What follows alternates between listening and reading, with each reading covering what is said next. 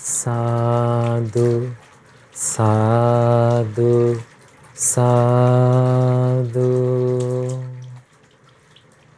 නමස්කාර වේවා බුදුරුවනට සැමදා බුදු හිමි සරණ යමි. නමස්කාර වේවා දම්රුවනට සැමදා සදහම් සරණ යමි. නමස්කාර වේවා සංඝරුවනට සැමදා මහා සංඝ සරණ යමි. නමස්කාර වේවා තුනුරුවනට සැමදා තිසරණ සරණ යමි. සාදු සාදු සාදු.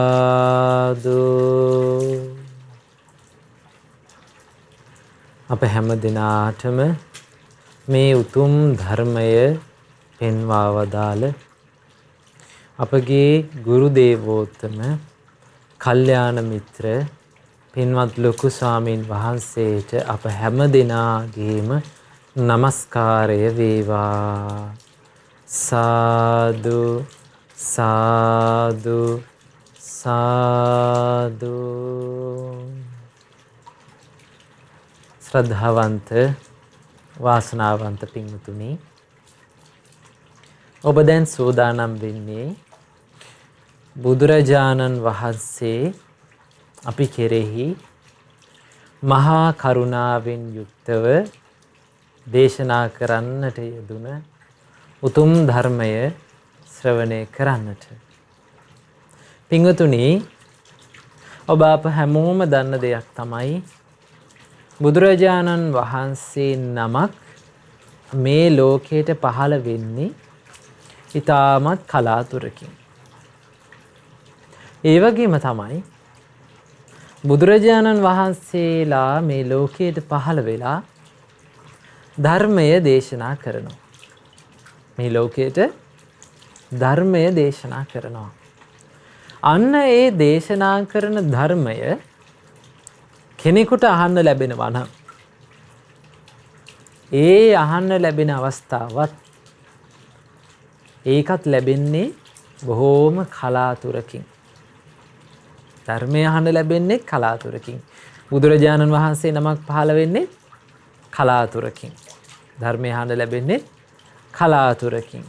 ඒ වගේම තමයි බුදුරජාණන් වහන්සේ දේශනා කළා මේ ධර්මය අහලා මේ ධර්මය පිළිපැදලා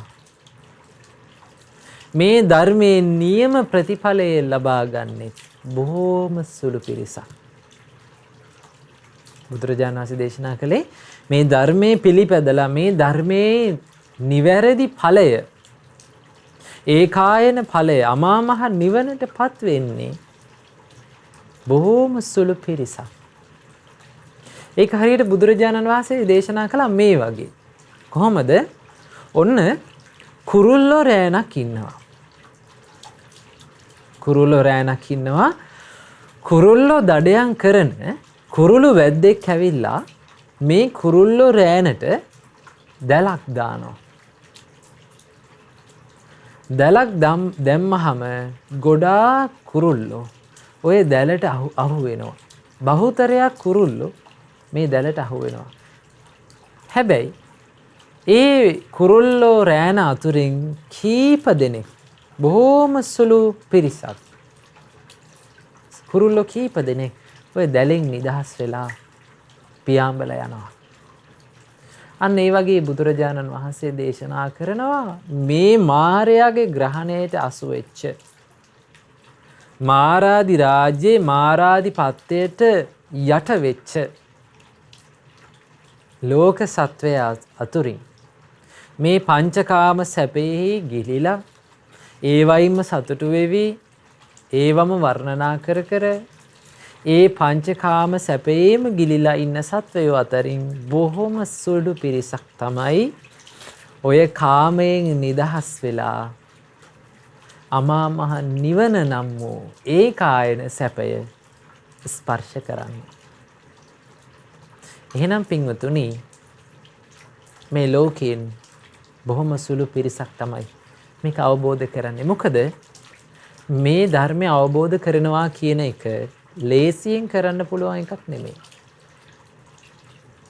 මේ ධර්මය අවබෝධ කරනවා කියන එක ලේසියෙන් පහසුවෙන් කෙනෙකුට කරන්න පුළුවන් දෙයක් නෙමෙයි. මේ ධර්මය අවබෝධ කරන්නට මේ ධර්මයේ පිළිපදින්නට ලොකු ප්‍රඥාවක් අවශ්‍යයි. ලොකු වීරියක් අවශ්‍යයි. කැපවීමක්, උත්සාහයක්, උනන්දුවක් මේ හැම දෙයක්ම මේ ධර්මයේ හැසිරෙන්න ධර්මයේ නිවැරදි ඵල නෙලා ගන්නට මේ හැම දෙයක්ම අවශ්‍යයි. එතකොට ලෝකයේ ඉන්න ජීවත් වෙන අය සාමාන්‍යයෙන් අපි හැමෝම ඕනම දෙයකට මහන්සි වෙන්න කැමතිද? යමක් මහන්සියෙන් කරන්න කැමතිද? ගොඩක් අය මහන්සියෙන් කරන්න අකමැතියි. දැන් සාමාන්‍ය ලෝකෙ ගත්තත් ඒ විදිහමයි. දැන් බලන්න රැකියාවක් කරන කෙනෙක් ගමු. ඒ කෙනා රැකියාවක් හොයන්නේ ගොඩක් වෙලාවට රැකියාවක් හොයන අය හොයන්නේ කොහොමද? ලේසියෙන් විවේකයක් ලැබෙන මහන්සි අඩුවෙන් කරන්න පුළුවන් රස්සාවක් තමයි හොයන්නේ. ඇයි? ඒ අය බලාපොරොත්තු වෙනවා මට මහන්සි වෙන්න බෑ ගොඩක්. මට කැපකිරීමක් කරන්න බෑ. ඒ නිසා මම ඒ කැපකිරීම අඩු මහන්සි අඩුවෙන් කරන දෙයක් තමයි කරන්න උත්සාහ කරන්නේ. අපි හැමෝම දෙයක් ලේසියෙන් කරන්න උත්සාහ කරන්නේ. ඕනම දෙයක් ලාභයට ගන්නනේ අපි පුරුදු වෙලා ඉන්නේ. නමුත් පින්වතුනි මේ ධර්ම මාර්ගයේ ලැබෙන එක ඵලයක්වත් පුංචි හරි දියුණුවක් මේ ධර්ම මාර්ගයෙන් කෙනෙකුට ලැබෙනවා නම් ඒ කිසිම දෙයක් නිකන් ඉඳලා කැපවීමක් නැතුව වීරියක් නැතුව ලැබෙන්නේ නැත. එහෙනම් මේ හැම දෙයකම මොකක්ද ඕනේ? වීරියක්, කැපවීමක්, මහන්සියක් ඕනේ. අන්න ඒ වීරිය, කැපවීම, මහන්සිය යම් කිසි කෙනෙක් පාවිච්චි කරලා කැපවීමෙන් යුක්තව, වීරියෙන් යුක්තව, අදිෂ්ඨානයෙන් යුක්තව මේ ධර්ම මාර්ගයේ හැසිරෙනවා නම් බුදුරජාණන් වහන්සේ දේශනා කරනවා මේ කෙනාට අනිවාර්යයෙන්ම අමා මහ නිවන සාක්ෂාත් කිරීමේ හැකියාව ලැබෙනවා. ඒ අර කැපවීමේ උත්සාහයේ ප්‍රතිඵලයක් විදිහට. එහෙනම් යහපත් දෙයක් කරන්නට, හොඳ දෙයක් ජීවිතයට පුරුදු කර ගන්නට ලොකු කැපවීමක් කරන්න ඕනේ. බුදුරජාණන් වහන්සේ දේශනා කරනවා මෙන්න මෙහෙම. සුකරානි අසාධූනි අත්තනෝ අහිතානිච. පින්වත් මහණෙනි මේ ලෝකේ වැරදි දේවල් තමන්ටත් අනුන්ටත් අහිත පිණිස පවතින දේවල්, අයහපත පිණිස පවතින දේවල් කරන්න හරිම ලේසි. පවක් කරන්න හරිම ලේසි. යං වේ හිතංච සාදුංච තං වේ පරම දුක්ඛර. යමක්ද යහපත් වෙන්නේ, යමක්ද තමන්ටත් අනුන්ටත් යහපත පිණිස පවතින අන්න ඒ දේවල් කිරීම තං වේ පරම දුක්ඛරං. ඒක තමයි දුෂ්කරම කාරණය. ඔන්නෝක අපි තේරුම් අරගෙන ඉන්න ඕනේ. එහෙනම් යහපත් දෙයක් ජීවිතයට හුරු කරගන්නවා කියන එක, ඊළඟට ධර්මයේ පුරුදු කරගන්නවා කියන එක, දහමේ හැසිරෙනවා කියන එක, සීල් රකින්නවා කියන එක, භාවනා කරනවා කියන එක, මේ දේවල් ලේසියෙන් කරන්න බෑ. මේ දේවල් වලට ලොකු කැපකිරීමක්, උනන්දුවක්, උත්සාහයක් අවශ්‍යයි. අපේ උනන්දුවේ, උත්සාහයේ කැපවීම මත තමයි අපිට ලැබෙන ඵලයේ ප්‍රමාණය තීරණය වෙන්නේ. ඒ නිසා පින්වතුනි මේ ධර්මයේ හැසිරෙන්න අපි ගොඩාක් උනන්දු වෙන්න ඕනේ. යහපත් දේවල් ජීවිතයට හුරු කරගන්නට, යහපත් ගුණධර්ම ජීවිතයට හුරු කරගන්නට අපි හුරු වෙන්න ඕනේ. ඉතින් අද අපි ශ්‍රවණය කරන්න සූදානම් වෙන්නේ මේ වස්සාන ධර්ම දේශනා මාලාවේ මේ ධර්ම දේශනාව තුළ අපි අද ශ්‍රවණය කරන්න සූදානම් වෙන්නේ සුන්දර දේශනාවක්. බුදුරජාණන් වහන්සේ අපිට මේ දේශනාව තුළ උතුම් අවවාදයක් කරනවා. බුදුරජාණන් වහන්සේගේ මේ අවවාදය යම් කිසි කෙනෙක් පිළිපදිනවාද මේ කෙනාට මේ ජීවිතේ කිසිම දුකක් නැතුව මානසිකව පසුතැවෙන්නේ නැතුව දුක් විඳින්නේ නැතුව සතුටින් ජීවත් වෙන්න පුළුවන් පින්වතුනි මේ බුදුරජාණන් වහන්සේගේ අවවාදේ පිළිපදිනවා නම් ඊළඟට පරලොව ජීවිතය අනිවාර්යයෙන්ම සුගතිගාමී වෙනවා. අද අපි ශ්‍රවණය කරන්න සූදානම් වෙන්නේ බුදුරජාණන් වහන්සේ දේශනා කරන්නට යෙදුන උතුම් සූත්‍ර දේශනාව. මේ සූත්‍ර දේශනාවේ නම තමයි කකචූපම සූත්‍රය. මොකද්ද සූත්‍ර දේශනාවේ නම? කකචූපම සූත්‍රය. කකචූපම සූත්‍රය ඇතුළත් වෙන්නේ මජ්ක්‍ධිම නිකායේ පළවෙනි පොත් වහන්සේගේ ඕපම්ම වර්ගයේ. කකචූපම කියන වචනේ තේරුම තමයි කකච කියන පාලි වචනේ තේරුම තමයි කියත කියන එක. දැන් ඔබ දැකලා තියෙනව නේද කියත් ලීරන්න පාවිච්චි කරන්නේ අපි කියත. අන්න ඒකට කියනවා පාලියෙන් මොකද්ද? කකච කියලා. එතකොට කකචූපම කියන වචනේ තේරුම තමයි කියත උපමා කොට වදාළ දෙසුම. කකචූපම සූත්‍රය කියලා කියන්නේ මොකද්ද? කියත උපමා කොට වදාළ දෙසුම. බුදුරජාණන් වහන්සේ ඒ දවස්වල වැඩ සිටියේ සවැත් නුවර ජේතවනාරාමයේ. බුදුරජාණන් වහන්සේ ජේතවනාරාම වැඩ ඉන්නකොට බුදුරජාණන් වහන්සේ ළඟ පැවිදි වෙලා හිටියා ස්වාමින් වහන්සේ නමක්. මේ ස්වාමින් වහන්සේගේ නම මෝලිය පග්ගුණ. මොකද්ද නම? මෝලිය පග්ගුණ. මේ ස්වාමින් වහන්සේ භික්ෂුණීන් වහන්සේලාත් එක්ක නිතර ඉතින් ටිකක් කතා බහේ යෙදෙනවා. භික්ෂුණීන් වහන්සේලාත් එක්කයි කතා බහ කරන්නේ වැඩිපුරම. ඉතින් භාග්‍යවතුන් වහන්සේ දේශනා කරනවා නිවන් මාගේ හැසිරෙන භික්ෂුවකට කාන්තා ඇසුර. භික්ෂුන් වහන්සේ නමකට කාන්තා ඇසුර කොයි විදිහකින් හෝ වේවා අනතුරුදායකයි. ඒ නිසායි බුදුරජාණන් වහන්සේ පිරිනිවන් මංචකයේදී ආනන්ද ස්වාමීන් වහන්සේට දේශනා කළේ. ආනන්ද ස්වාමීන් වහන්සේ අහනවා ස්වාමීනි කාන්තාවන් පිළිබඳව අපි කොහොමද පිළිපදින්න ඕනේ? භාග්‍යවතුන් වහන්සේ දෙන ඍජු උත්තරේ මොකද්ද? අදස්සනං ආනන්ද.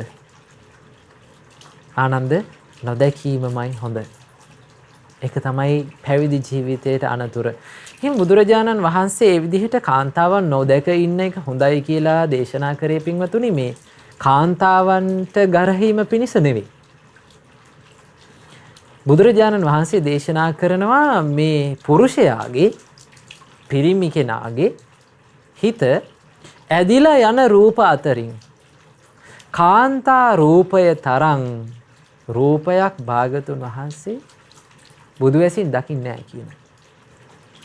එහෙනම් පිරිමි කෙනාගේ හිත ඇදිලා යන්නේ වැඩිපුරම කාගේ රූපයටද? කාන්තා රූපයට. ඒක තමයි මේ ලෝකේ ස්වභාවය.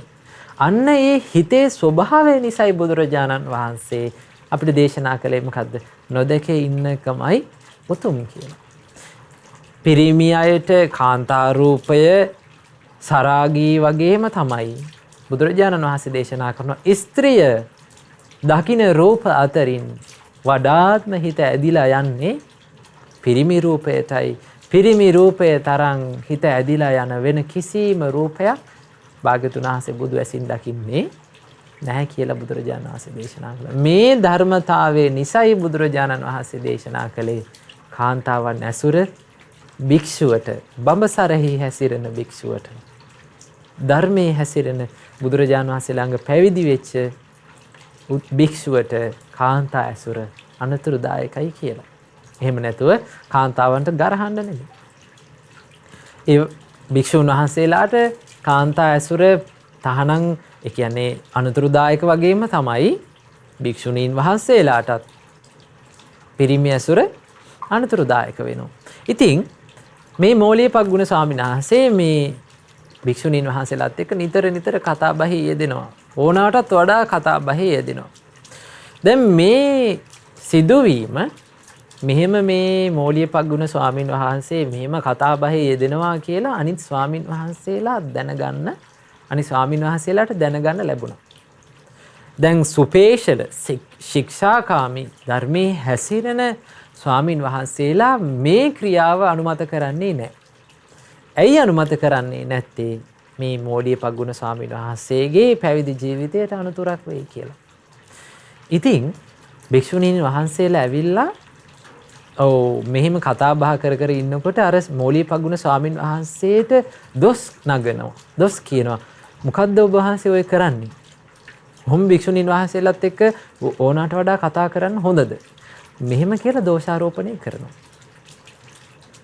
මෙහෙම දෝෂාරෝපණය කරනකොට පින්වතුනි අර භික්ෂුණීන් වහන්සේලා ඉන්නේ.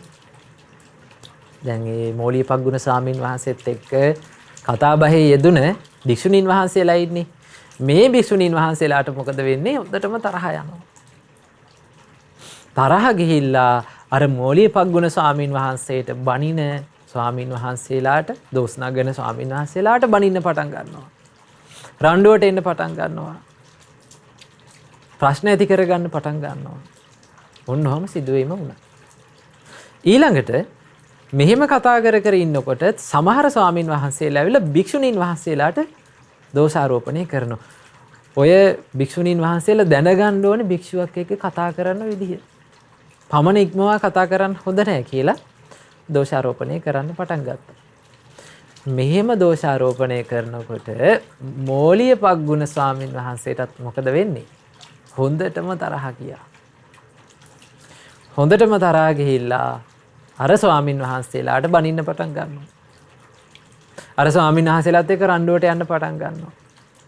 මෙහෙම දෙගොල්ලොම මොකද කරන්නේ? Tamanට විරුද්ධ වෙන අයට අයත් එක්ක රණ්ඩු කරන්න පටන් ගත්තා.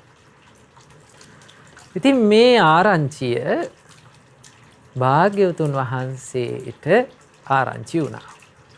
මෙහෙම මෝලියපග්ගුණ ස්වාමීන් වහන්සේ භික්ෂුණීන් වහන්සේලාත් එක්ක පමණ ඉක්මවා කතා බහ කරනවා. මේ කතා කරන විතරක් නෙමෙයි මේක ගැන අවවාද කරන්න එන භික්ෂුන් වහන්සේලාගේ ඇඟට ගොඩ වෙනවා. මේකට අවවාද කරන භික්ෂුන් වහන්සේලාට බනිනවා, දෝෂාරෝපණය කරනවා, රණ්ඩුවට යනවා කියලා ආරංචි වුණා. ආරංචි වුණාට පස්සේ භාග්‍යවතුන් වහන්සේ මොකද කළේ? භික්ෂුන් වහන්සේ නමකට එන්න කිව්වා. එන්න කියලා ඒ භික්ෂුන් වහන්සේට භාග්‍යවතුන් වහන්සේ දේශනා කළා, භික්ෂුව දැන් ඔබ මෝලියපග්ගුණ ස්වාමීන් වහන්සේ ඉන්න තැනට වඩින්න. වැඩලා මගේ වචනයෙන් මෙන්න මේ විදිහට මේ පණිවිඩය දෙන්න. මොකද්ද? ශාස්ත්‍රෝන් වහන්සේ ඔබට එන්න කියලා කියනවා. කියලා කියන්න කියලා පණිවිඩය දෙන්න කිව්වා. එතකොට මේ මෝලියපග්ගුණ ස්වාමීන් වහන්සේ ළඟට මේ ස්වාමීන් වහන්සේ ගිහිල්ලා ඔන්න පණිවිඩය දුන්නා. මොකද්ද? අන්න භාග්‍යවතුන් වහන්සේ වහන්සේට එන්න කියනවා. ඊට පස්සේ මෝලියපග්ගුණ ස්වාමීන් වහන්සේත් හොඳයි මම භාග්‍යවතුන් වහන්සේ බහැ දකින්න වඩින්නම් කියලා මොකද කළේ? ඔන්න භාග්‍යවතුන් වහන්සේ ළඟට වැඩියා. භාග්‍යවතුන් වහන්සේ ළඟට වැඩලා භාග්‍යවතුන් වහන්සේට වන්දනා කරලා පැත්තකින් මෝලියපග්ගුණ ස්වාමීන් වහන්සේ ඉඳගත්තාට පස්සේ භාග්‍යවතුන් වහන්සේ අහනවා, සච්ඡං කිරතුවං පග්ගුණ බික්කුණීහි සද්දින් අතිවේලං සංසට්ටෝ විහෙරසි. පග්ගුණ මෝලියපග්ගුණ ඔබ ඇත්තද මේ කියන කතාව මේ භික්ෂුණීන් වහන්සේලාත් එක්ක පමණ ඉක්මවා මේ කතාව දාගෙන සතුටු සාමිච්චයේ යෙදෙමින් ඉන්නවා කියලා කියන ඇත්තද කියලා අහුවා. භාග්‍යවතුන් වහන්සේට බොරු කරන්න බෑනේ පිටුතුනි. භාග්‍යවතුන් වහන්සේ කියන්නේ සියල්ල දන්නවා, සියල්ල දකිනවා. මේ ස්වාමීන් වහන්සේ ඇත්ත කතා කරනවා. දැන් අද වගේ නම් දැන් අපේ ස්වභාවය මොකද්ද? අපි වැරද්දක් කරපුවාම ඒක නෑ, මම එහෙම කරේ නෑ, මම හොඳයි කියලා පෙන්වන්නනේ උත්සාහ කරන්නේ. නේද? බලන්න ශ්‍රාවකයා මොනවා වුණත් මෝලිපග්ගුණ ස්වාමීන් වහන්සේට භාග්‍යවතුන් වහන්සේ ගැන උතුම් පැහැදීමක් තිබුණා. ශ්‍රද්ධාවක් තිබුණා. භාග්‍යවතුන් වහන්සේට මෝලිපග්ගුණ ස්වාමීන් වහන්සේ දේශනා කියා හිටිනවා ඒවම් භන්තේ. එහෙමයි ස්වාමීනි. මං ඉතින් ටිකක් කතා බහ කරා නම් තමයි ඉතින් කියලා කිව්වා. කිව්වට පස්සේ භාග්‍යවතුන් වහන්සේ අහනවා ඉතින් එහෙම කතා බහ කරනකොට මේ ඒකට අවවාද කරන්න එන භික්ෂූන් වහන්සේලාට ඔබත් ඔය භික්ෂුණීන් වහන්සේලාත් ඒ ස්වාමින් වහන්සේලාට දෝෂාරෝපණය කරනවා කියන්නේ ඇත්තද? බැනවදිනවා කියන්නේ ඇත්තද? රණ්ඩුවට යනවා කියන්නේ ඇත්තද කියලා අහුවා. ඒවම් භන්තේ. ස්වාමීනි පොඩ්ඩක් රණ්ඩුවට නම් ගියා තමයි කියලා කිව්වා. කිව්වට පස්සේ භාග්‍යවතුන් වහන්සේ දේශනා කරනවා නකෝතේ ඒතම් පග්ගුණ පතිරූපං. පග්ගුණ ඕක ගැළපෙන දෙයක් නෙමෙයි. ඔබේ ජීවිතේට ඕක ගැළපෙන්නේ නැහැ. කුලපුත්තස්ස සද්ධා අගාරස්ම අනගාරියම් පබ්බජිතස්ස. ශ්‍රද්ධාවෙන් මේ ගිහිගේ අතහැරලා මේ සියලු කාම සම්පත් අතහැරලා නේද?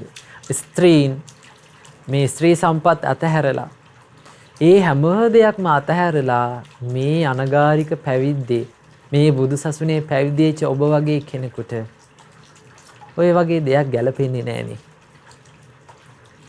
එතකොට භාග්‍යවතුන් වහන්සේ දේශනා කරනවා පග්ගුණ ඔහොම ඔබ භික්ෂුණීන් වහන්සේලාත් එක්ක කතා බහ කරනකොට ඊළඟට ඔබ භික්ෂුණීන් වහන්සේලාත් එක්ක සතුටු සාමිච්චි යෙදෙනකොට භික්ෂුන් වහන්සේ නමක් ඇවිල්ලා ඒ භික්ෂුණීන් වහන්සේලාට දෝෂාරෝපණය කළොත් මෙන්න මේ ගෘහාශ්‍රිත විතර්ක මොනවාද විතර්ක කිය මොන විතර්කද? ගෘහාශ්‍රිත විතර්ක අන්න ඒ දේවල් ඔබගේ හිතෙන් දුරු කරන්න ඕනේ. පින්වතුනි මොනවාද මේ ගෘහාශ්‍රිත විතර්ක කියන්නේ? මේකට පාලියෙන් කියන ගේහසිත විතක්ක කියලා. ගේහසිත විතක්ක කියලා කියන්නේ ගිහි විතර්ක. දැන් බුදුරජාණන් වහන්සේ ළඟ පැවිදි වෙච්ච කෙනෙකුට බුද්ධ ශාසනයේ පැවිදි වෙච්ච කෙනෙකුට භාග්‍යවතුන් වහන්සේ නිතර සිහි කරන්න කිව්වා මෙන්න මේ. මොකද්ද? වේවන් නියම්මි අජ්ජූපගතෝති පබ්බජිතේන අභින්නම් පච්චවෙක්කිතබ්බා.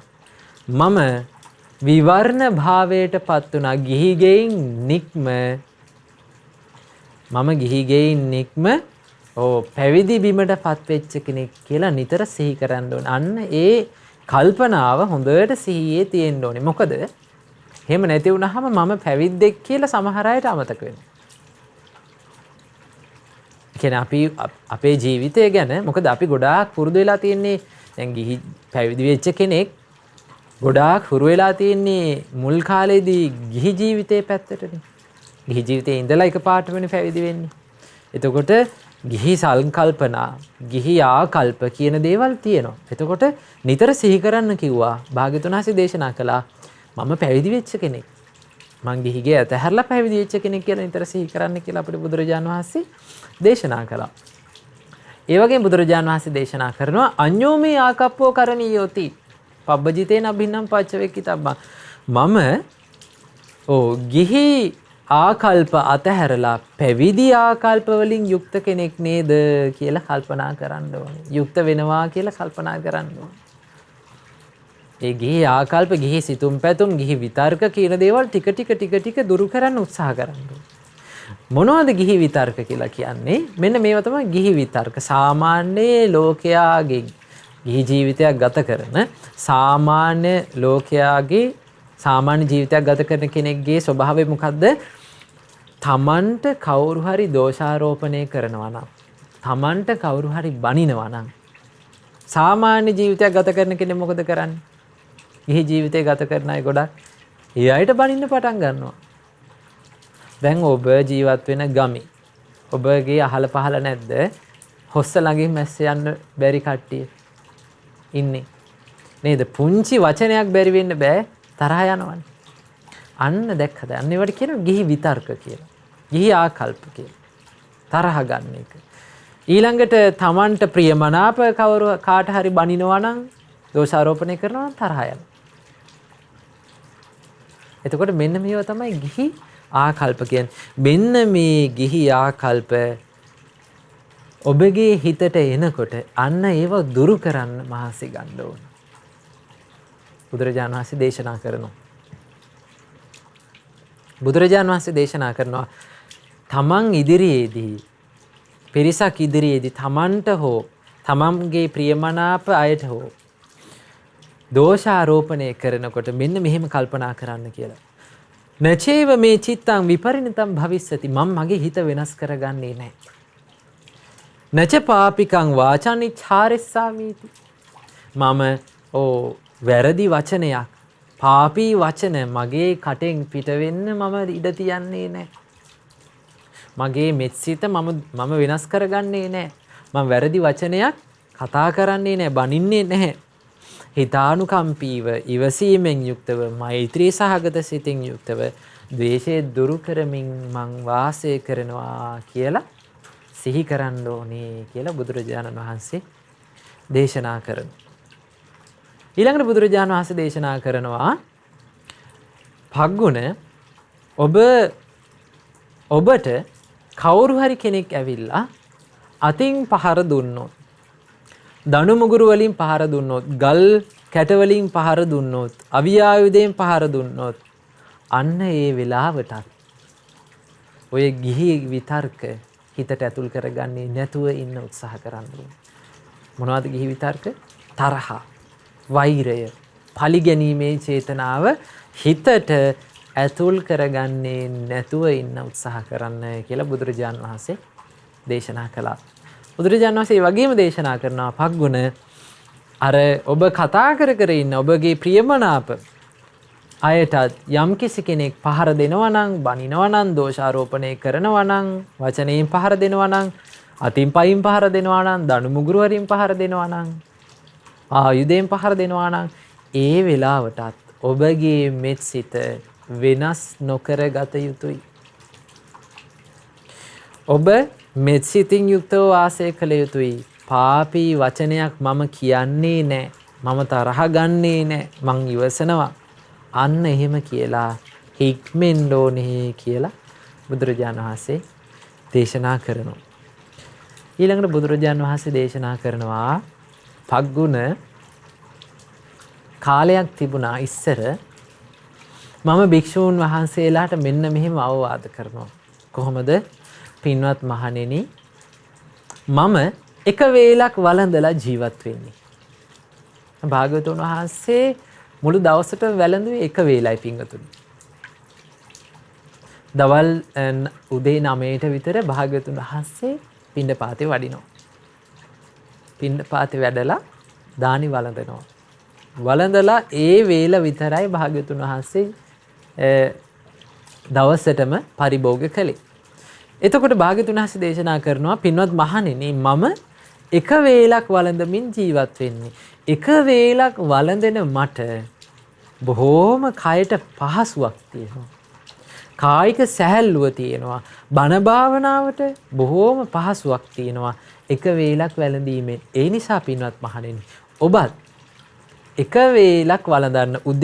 උදේ වරුවේ පමණක්, දවල් 12 වෙන්න කලින් පමණක් දානේ වළඳන්න කියලා භාග්‍යවතුන් වහන්සේ දේශනා කළා. එතකොට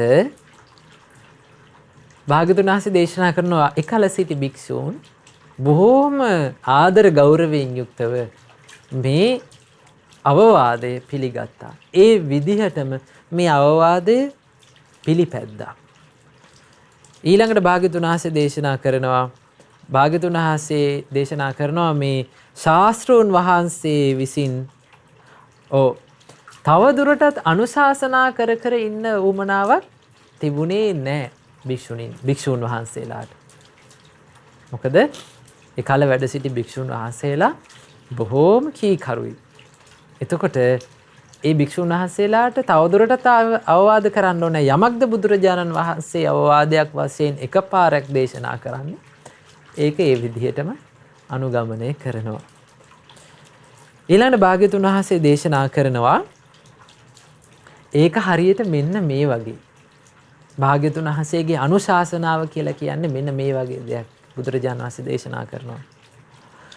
භාග්‍යතුන් වහන්සේ දේශනා කරනවා ඉස්සෙල්ලාම මේ ඉස්සර වැඩ සිටි භික්ෂුන් වහන්සේලා හරියට මෙන්න මේ වගේ. කොහොමද? හතරමං හන්දියක කරත්තයක් නවත්තලා තියෙනවා. අසුන් යෙදූ කරත්තයක් නවත්තලා තියෙනවා. ආජානීය අසුන් යෙදූ. ආජානීය අශ්වය කියලා කියන්නේ බොහොම තීක්ෂණ බුද්ධියක් තියෙන බොහොම හික්මීමක් තියෙන කීකරු අශ්වය. එතකොට දක්ෂ රතාචාර්යෙක් ඇවිල්ලා මේ හතරමං හන්දියේ තියෙන මේ රථයට නැගලා භාග්‍යතුන් වහන්සේ දේශනා කරනවා වම් අතින් රැහැන්පට අල්ල ගන්නවා. අර හතේ දක්කන රැහැන්පට අල්ල ගන්නවා. ඊළඟට දකුණු අතින් කෙවිත අල්ල ගන්නවා. අල්ලගෙන දක්ෂ රතාචාර්යා මේ ආජානීය අසුන් යෙදූ රථය තමන් කැමති දිශාවකට කැමති පැත්තකට ධාවනය කරනවා වගේ තමයි. භාග්‍යතුන් වහන්සේ එකල වැඩ සිටි භික්ෂුන් වහන්සේලාට අවවාදය එකපාරයි කරන්න ඕනේ. ඒ අවවාදයේ ඔස්සේ භික්ෂුන් වහන්සේලා ගමන් කරනවා. ඒ අවවාදයේ පිළිපදපු උතුමන් වහන්සේලා අමා මහ නිවන සාක්ෂාත් කළා පින්වතුනි. ඒ අවවාදයේ පිළිපදපු උතුමන් වහන්සේලාට භාග්‍යතුන් වහන්සේ දේශනා කළා නම් එක වේලකින් යැපෙන්න කියලා. උන්වහන්සේලා ඒ භාග්‍යතුන් වහන්සේ විඳි සැහැල්ලුව සැපය උන්වහන්සේලාත් අත්විඳා. භාග්‍යතුන් වහන්සේ යමක් අවවාද වශයෙන් දේශනා කරනවාද එය වෙනස් වෙන්නේ නැහැ. ඒ ඒකාන්ත සත්‍යයක්. ඊළඟට භාග්‍යතුන් වහන්සේ දේශනා කරනවා භාග්‍යතුන් වහන්සේගේ අවවාදය මොන වගේද කියලා. භාග්‍යතුන් වහන්සේ දේශනා කරනවා පින්වත් මහණෙනි ඔන්න සල්වණයක් තියෙනවා. මොකද්ද තියෙන්නේ?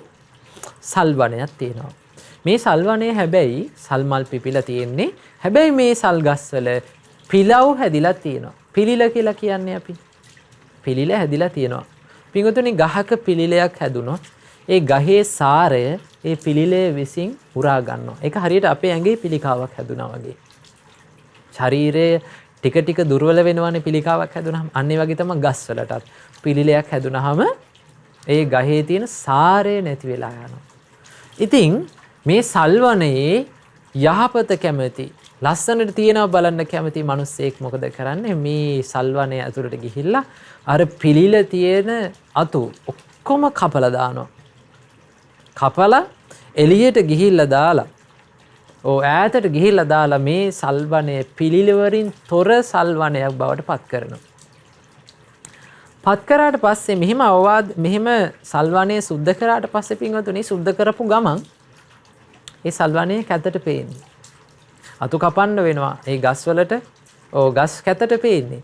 හැබැයි භාග්‍යතුන් වහන්සේ දේශනා කරන කාලයක් යනකොට තතෝ අපරේන සමේන බුද්ධින් විරුල්ලින් වේපුල්ලං ආපජ්ජති. මේ සල්වනය කාලයක් ගියාට පස්සේ හොඳට දළු දාලා වැඩිලා ලස්සන සල්වනයක් බවට පත් වෙනවා. එහෙම වුණේ අර මිනිස්සයා ඒක සුද්ධ කරපු නිසා. අමාරුවෙන් හරි සුද්ධ කරපු නිසා. අන්න ඒ වගේ තමයි භාග්‍යතුන් වහන්සේගේ අවවාදය.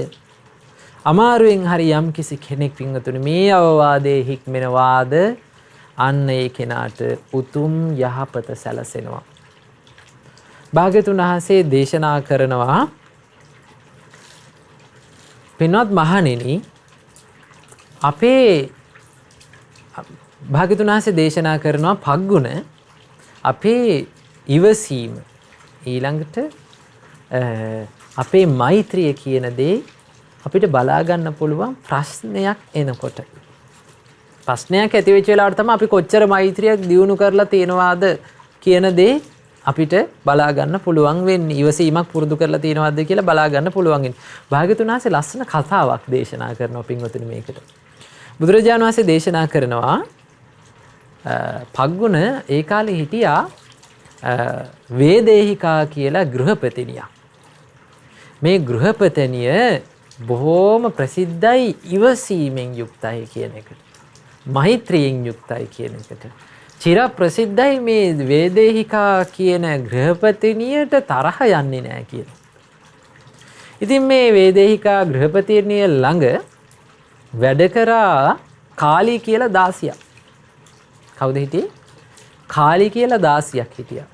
මේ දාසිට උමනා වුණා පොඩ්ඩක් මේ අපේ වේදේහිකා නෝනගේ මේ ඉවසීම ඇත්තටම තියෙන ඉවසීමක්ද නැත්නම් අපි මේ දාසයන් දාසකම්කරුවන් හොඳට හොයලා බලලා වැඩ කරන නිසා ඇයට තරහ යන්නේ නැද්ද කියලා බලන්න උවමනා වුණා. ඉතින් මොකද කළේ? කාලිදාසිය පහුවෙන්දා උදේ දවල් වෙනකන් හොඳට නිදාගත්තා හිතලම. එතකොට දවල් වෙලා ඇහැරිච්ච කාලිදාසිය දැකපු වේදේහිකා ගෘහපතිනිය අහනවා ඈ බොල කෙල්ල ඔබ මොකද මේ දවල් වෙලා නැගිට්ටේ කියලා ඇහුවා තරහින්. ඇහුවාම මේ කාලිදාසිය කියන ස්වාමීදු ඉතින් හේතුවක් නෑ මම නිකන් මේ මට හිතුණා දවල් වෙනකන් නිදා ගන්න කියලා කිව්වා. කිව්වට පස්සේ හොඳටම තරහ ගියා වේදේහිකා කියන ගෘහපතිනියට. ඊට පස්සේ මොකද වුනේ? කාලිදාසිය කල්පනා කරා අපි මේ හොයලා බලලා වැඩ කරන නිසා තමයි මෙයාට මේ තරහ යන්නේ නැත්තේ කියලා තව ටිකක් බලන්න ඕනි කියලා දෙවෙනි දවසෙත් දවල් වෙලා නැගිට්ටා. දෙවෙනි දවසෙත් ඇහුවා කාලිදාසිය දැකපු වේදේහිකා ගෘහපතිනිය ඇහුවා ඈ බොල කෙල්ල උඹ ඊයේ දවල් වෙලා නැගිට්ටේ අදත් උඹ දවල් වෙලා නැගිට්ටා නේද කියලා තරහ ගියා. ඇයි උඹ දවල් වෙලා නැගිට්ටේ කියලා අහපුවාම කියනවා මට නිකන් නිදා ගන්න හිතුණා කියලා. එතකොට ඔන්න තවත් තරහ ගියා. තුන්වෙනි දවසෙත් මොකද කළේ පින්වතුනි? මේ කාලිදාසිය දවල් වෙලා නැගිට්ටා. එදා තමයි ඔන්න සිදුවීම සිද්ධ වුණේ. මොකද්ද වුණේ? වේදේහිකා ගෘහපතිනියට හොඳටම තරහ ගියා. හොඳටම තරහ ගිහිල්ලා මොකද කරේ? කොණ්ඩෙන් ඇදගෙන ගිහිල්ලා අර කාලිදාසියගේ ඔළුවට මෝල් ගහෙන් පහර දුන්නා. මෝල් ගහකින් පහර දුන්නට පස්සේ මේ කාලිදාසියගේ ඔළුව පැලුණා. ඔළුව පැලිච්ච ගමන් කාලිදාසිය පාරට පැනලා පින්වතුනි කෑ ගහන්න පටන් ගත්තා. බෙන්න මෛත්‍රී සහගත කරුණා සහගත මහලොකු වේදේහිකා ගෘහපතිනියගේ වැඩ මම දවල් වෙලා මේ පොඩ්ඩක් නැගිට්ටා කියලා දවල් වෙලා මට පොඩ්ඩක් ඇහැරුණා කියලා මගේ ඔළුවට මෝල් ගහින් තඩි බහලා මගේ ඔළුවත් පැලුවා කියලා කෑ ගහන්න පටන් ගත්තා. එදා ඉඳන් පින්වතුනි භාග්‍යවතුන් වහන්සේ දේශනා කරනවා පග්ගුණ එදා ඉඳන් මේ කාලිදාසිය මේ වේදේහිකා ගෘහපතිනියගේ නම කීර්ති නාමය නැති වෙලා ගියා. ඒ වෙනුවට මොකද්ද පැතිරුණේ? භාග්‍යවතුන් වහන්සේ දේශනා කරනවා ඒවම් පාපකෝ කීති සද්දෝ අබ්බුග්ගංචි. මේ වගේ පාපී කීර්ති ශබ්දයක් මේ වගේ පාපී ප්‍රසිද්ධ වීමක් ඇයට ලැබුණ කොහොමද? චණ්ඩී වේදේහිකා ගහපතානි. මේ වේදේහිකා ගෘහපතිනිය බොහොම චණ්ඩී බොහොම දරුණුයි. අනිවාතා වේදේහිකා ගහපතානි. මේ වේදේහිකා ගෘහපතිනිය ඉවසන්නේ නැහැ. ඊළඟට මේ ගෘහපතිනියට බොහොම තරහ යනවා කියලා ප්‍රසිද්ධ වුණා. භාග්‍යවතුන් වහන්සේ දේශනා කරනවා පග්ගුණ ඔය වගේ තමයි භික්ෂුවකටත් සිව්පසය මනවින් ලැබෙනකොට ඊළඟට අමනාප හිත කැමති නැති වචන අහන්න නොලැබෙන තාක් තමයි ඒ කෙනාගේ කීකරුකම යහපත් ඇවතුම් පැවතුම් සුන්දර ගමන් බිමන් ඒ හැම දෙයක්ම තියෙන්නේ අයහපත් වචනයක් දෝෂාරෝපණයක් අහන්න නොලැබෙන තාක්. නමුත් භික්ෂුවගේ සැබෑම ඉවසීම බලන්න ඕනේ කොයි වෙලාවේද? ඔහුට යම් කිසි කෙනෙක් දෝෂාරෝපණය කරනකොට ඔහු ඉවසන විදිහින්. දැන් පින්වතුනි අපිත් දැන් මේ වෙලාවේ අපිට හිතෙන්න පුළුවන් අනේ නෑ මට තරහ යන්නේ නෑ.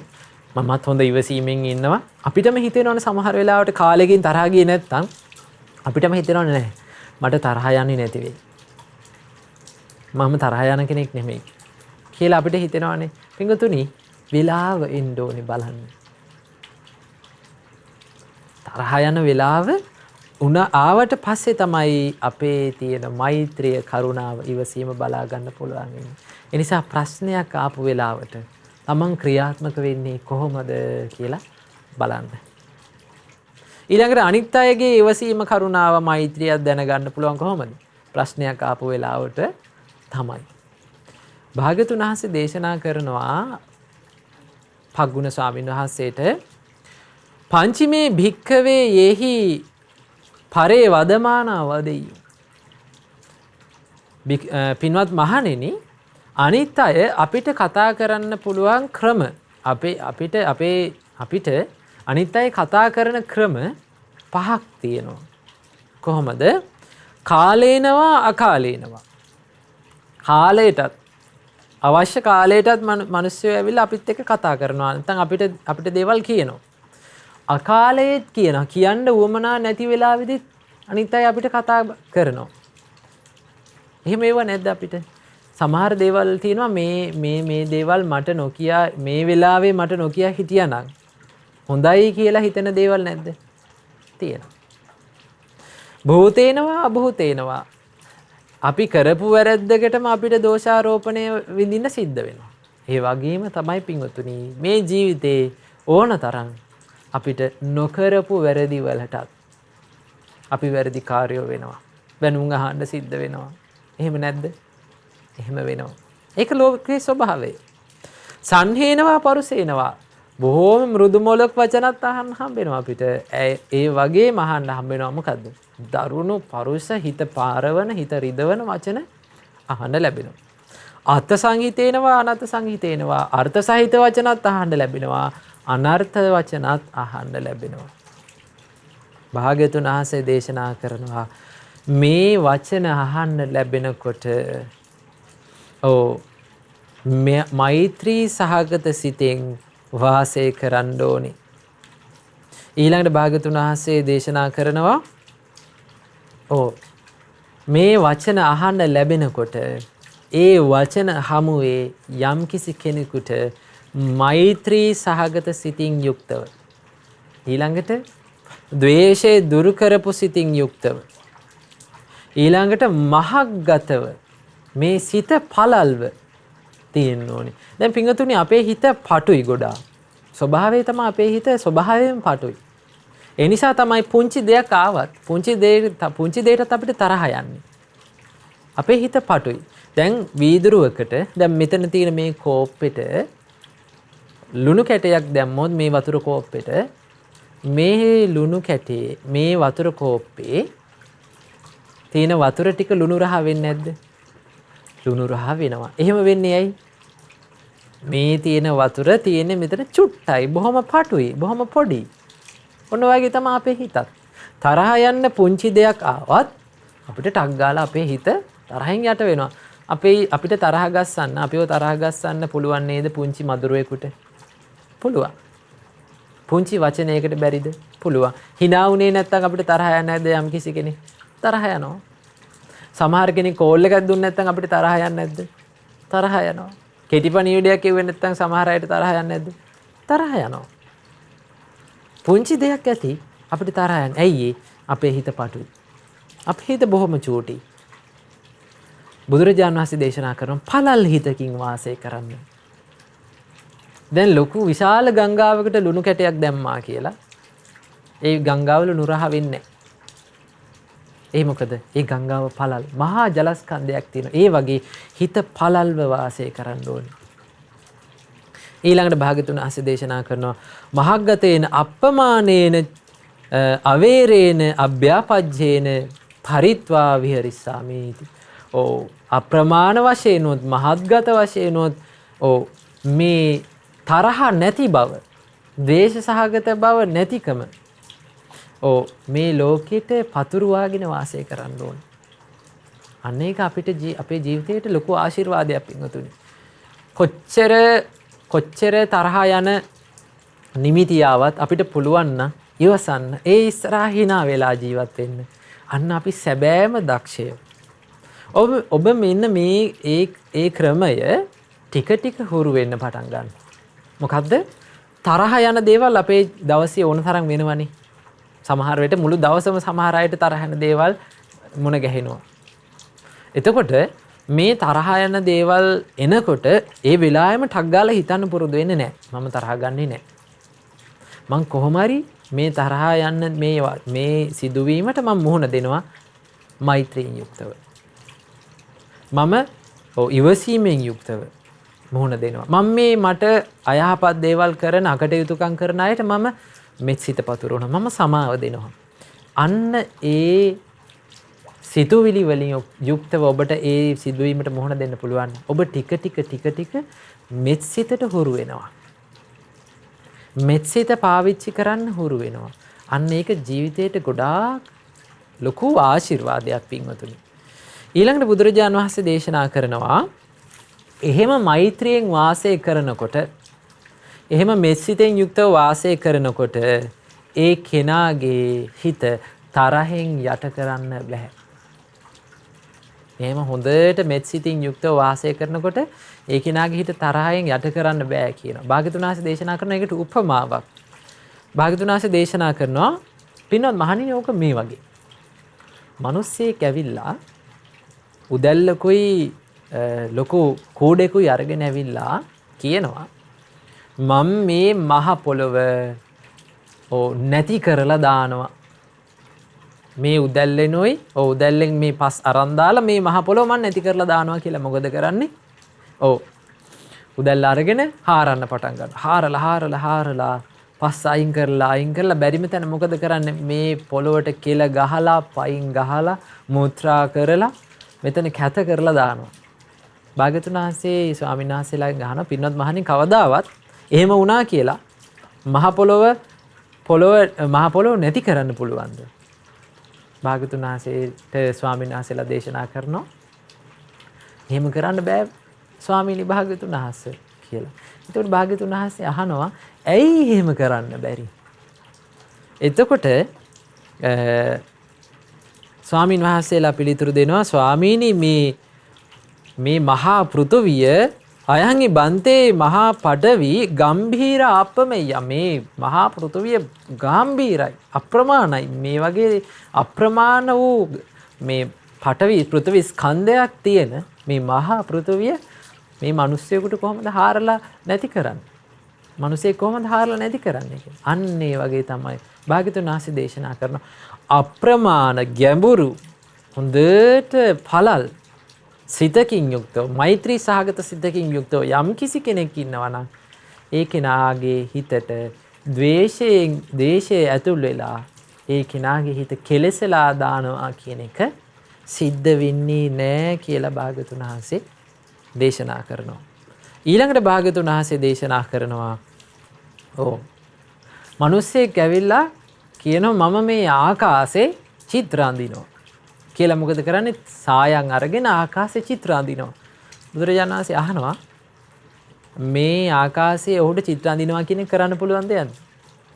එතකොට භාග්‍යවතුන් වහන්සේට පිළිතුරු දෙනවා ස්වාමීනි ඕක කරන්න පුළුවන් දෙයක් නෙමෙයි. ආකාශේ කොහොමද චිත්‍ර අඳින්නේ කියලා. එතකොට ස්වාමීන් වහන්සේලාගෙන් අහනවා ඇයි එහෙම ආකාශයේ චිත්‍ර අඳින්න බැරි?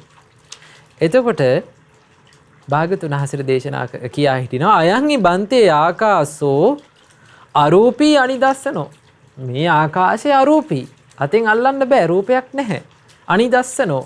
නිදර්ශනයක් නැහැ මේකට. මේ ආකාශයට උපමා කරන දෙයක් තියෙනවද පින්වතුනි? නැහැ. එහෙනම් මේක දකින්න බෑ.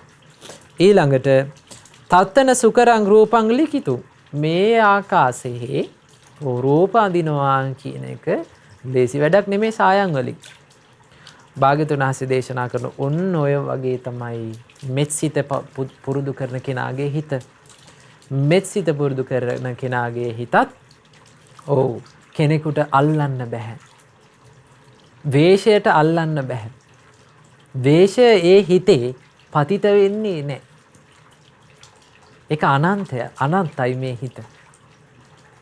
දැන් යමක් අනන්තයි නම් අපි හිතමු ලිඳක් තියෙනවා. මේ ලිඳේ පතුලක් නැහැ. අනන්තය දක්වා යනවා. දැන් අපි ගලක් දැම්මොත් මේ ගල ඒ පතුලේ ගිහිල්ලා හිටිනවද? නැහැ. කොහෙවත් හිටින්නේ නැහැ. අන්න ඒ වගේ තමයි. මොකද්ද?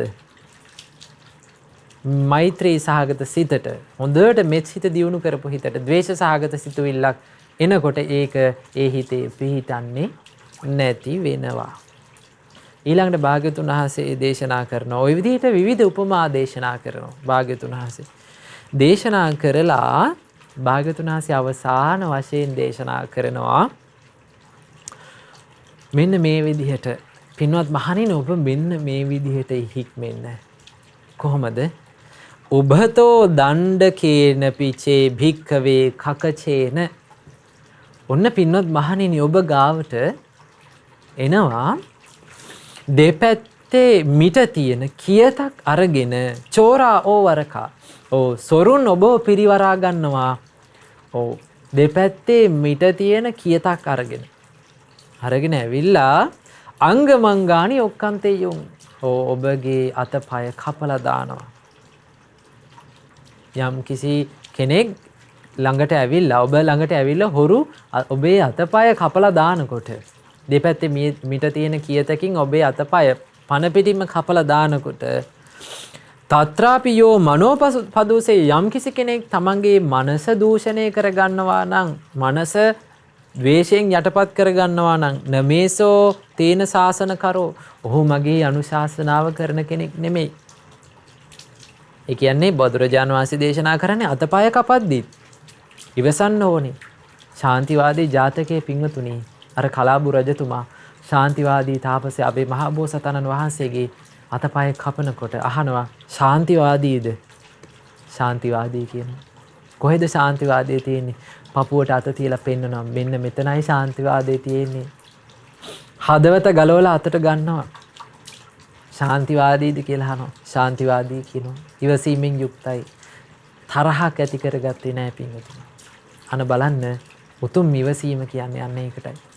එතකොට භාග්‍යතුන් වහන්සේ දේශනා කරනවා යම් කිසි කෙනෙක් මෙහෙම කියතකින් අතපය කපද්දී ඉවසන්න හුරු වෙනවා නම් මෙත්සිත කියන එක හුරු වෙනවා නම් භාග්‍යතුන් වහන්සේ දේශනා ඔහුට මේ ලෝකේ වෙන එකම එක වචනයක්වත් ඉතුරු වෙන්නේ නැහැ ඉවසන්න බැරි. බලන්න භාග්‍යතුන් වහන්සේ දෙන අවවාදය අපිට අතපය කපද්දිත් ඉවසන්න පුරුදු වෙන්න. එහෙම ඉවසන්න පුරුදු වුණොත් ඔබට වචන කියන දේවල් දරුණු අයහපත් අපහසු වචන කියන දේවල් ඉවසනවා කියන එක බොහොම ලේසි දෙයක් කියනවා. ඒ නිසා පින්වතුනි අපිත් පුරුදු වෙන්න ඕනේ මොකද්ද? ඉවසීමෙන් යුක්ත වෙන්න. නිතරම කල්පනා කරන්න මට මොනවා කරත් මොන අයහපත කරත් මාව අතපය කපලා මරලා දැම්මත් මං කිසිම කෙනෙක් එක්ක තරහ වෙන්නේ නැහැ. ඔබ දැන් මේ මොහොතේදී ඔබේ හිතේ යම් කිසි කෙනෙක් කෙරෙහි වෛරයක් තියෙනවා නම් ඒ කෙනාට සමාව දෙන්න දැන්. මම සමාව දෙනවා. මට මොන අයහපත කරත් මං ඔබට සමාව දෙනවා. මම මගේ හිතේ තරහ තියාගන්නේ නැහැ කියලා ඔවුන්ට සමාව දෙන්න. ඉවසීමෙන් යුක්ත වෙන්න. මෛත්‍රිය දියුණු කරගන්න. පළල් හෝ හිතක් දියුණු කරගන්න. එතකොට අපිටත් හැමදාම සතුටින් ජීවත් වෙන්න පුළුවන් පින්වතුනි. මෙලොව ජීවිතේ බොහෝම සතුටින් ජීවත් වෙන්නත් පුළුවන්. පරලොව ජීවිතේ සුගතිගාමී වෙන්නත් පුළුවන්. ඒ වගේම තමයි මේ මෙත් සිත අපිට උතුම් නිවන අවබෝධ කරගන්න මහෝපකාරී වෙනවා. ඒ නිසා පින්වතුනි මෙත් සිත පුරුදු කරගෙන ධර්මයේ දියුණු කරගෙන උතුම් නිවන සාක්ෂාත් කරගන්නට ඔබට අද මේ දේශනා කරන්නට යෙදුණු උතුම් සූත්‍ර දේශනාව උතුම් දහම් පඬුරක් බවට පත් වේවා. සාදු සාදු සාදු. පුණ්‍යානුමෝදනාව සිදු කරමු. අද දවසේ අයං වස්සාන කාලෝ මේ වස්සාන සදහම් දේශනාව සඳහා අනුග්‍රහය දරන්නේ මැදගම අල්ගම පදිංචි ශ්‍රද්ධා ධර්මදාන සමාජිකා විශ්‍රාමික ගුරු උපදේශිකා මල්ලිකා රූපසිංහ මහත්මිය විසින් රැස් කර ගන්නට යෙදුන සියලුම පුණ්‍ය ධර්මයන් ප්‍රථමයෙන්ම අනුමෝදන් කරමු සියලු දෙවියන්ට. සියලු දෙවියෝ මේ පින් සතුටින් අනුමෝදන් වෙත්වා. දෙවියෝ දිව්‍ය ආශිර්වාදින් වැඩෙත්වා. දෙවියන්ගේ දැහැමි රැකවරණය අද දවසේ මෙම සදහම් දේශනේ සඳහා අනුග්‍රහය දරූ සියලු පින්වතුන්හට සලසා දෙත්වා. දෙවියන්ටත් උතුම් චතුරාර්ය සත්‍ය ධර්මය අවබෝධ කර ගැනීමේ වාසනාව උදා වේවා. රැස් කර ගන්නට යෙදුන සියලුම පුණ්‍ය ධර්මයන් අනුමෝදන් කරමු ගුරු දේවෝත්තම කල්යාණ මිත්‍ර පින්වත් ලොකු ස්වාමින් වහන්සේට. මේ පුණ්‍යානුමෝදනාවෙන් පින්වත් ලොකු ස්වාමින් වහන්සේ නිදුක් වේවා, නිරෝගී වේවා, සුවපත් වේවා, චිරජීවනයේ ලබත්වා. පින්වත් ලොකු ස්වාමින් වහන්සේටත් උතුම් චතුරාර්ය සත්‍ය ධර්මය අවබෝධ කර ගැනීමේ වාසනාව උදා වේවා. රැස් කර ගන්නට යෙදුන සියලුම පුණ්‍ය ධර්මයන් අනුමෝදන් කරමු මිය පරලෝකීය ඥාතීන්ට 2005 ජුලි මාස 7 වන දින මිය පරලෝකීය මෑණියන්ට මේ පින් අනුමෝදන් වෙත්වා. ඒ වගේම 1998 වසරේ මිය පරලෝකීය පියාණන් ඇතුළු සියලුම මිය පරලෝකීය ඥාතීන්ටත් අනන්ත සසර පුරා මිය ගිය සියලුම ඥාතීන්ටත් මේ පින් අනුමෝදන් වෙත්වා. සියලුම මේ ගිය ඥාතීන්ගේ පරලෝක ජීවිත සුවපත් වෙත්වා, සැපවත් වෙත්වා, වහවහ සසර දුකින් අත් මිදෙත්වා. රැස් කර ගන්නට යෙදුන සියලුම පුණ්‍ය ධර්මයන් අනුමෝදන් කරමු සුජීවත සිටින සියලු පින්වතුන්ට අද දවසේ ජන්මදිනයේදී ඇති සුගන්ධිකා ජයවර්ධන දියණියට මේ පින් අනුමෝදන් වෙත්වා.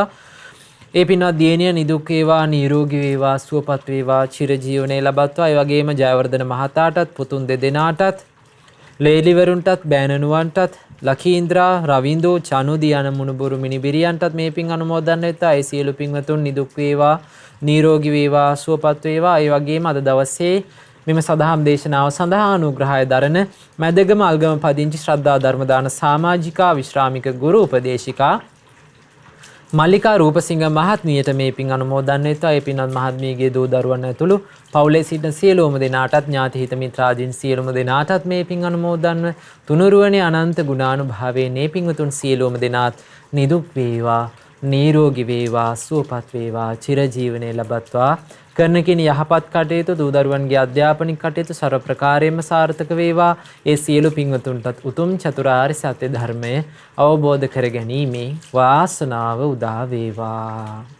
රැස් කර ගන්නට යෙදුන සියලුම පුණ්‍ය ධර්මයන් අනුමෝදන් කර මහමෙවුනා වාසී, ලක්වාසී, ලෝවාසී සියලුම පින්වත් ස්වාමින් වහන්සේලාටත් අනගාരികා මෑණියන් වහන්සේලාටත් අනගාരിക උපාසක දූපතුන්ටත් ශ්‍රද්ධා කාර්ය මණ්ඩලයේ සියලුම දෙනාටත් ශ්‍රද්ධා මාසික ධර්ම දාන සමාජිකයන්ටත් ඔබ අප සියලුම දෙනාටත් මේ පින් අනුමෝදන්ව තුනුරුවනේ අනන්ත ගුණානුභාවයෙන් ඔබ අප සියලුම දෙනාත් නිදුක් වේවා, නිරෝගී වේවා, සුවපත් වේවා, චිරජීවනයේ ලැබේවා.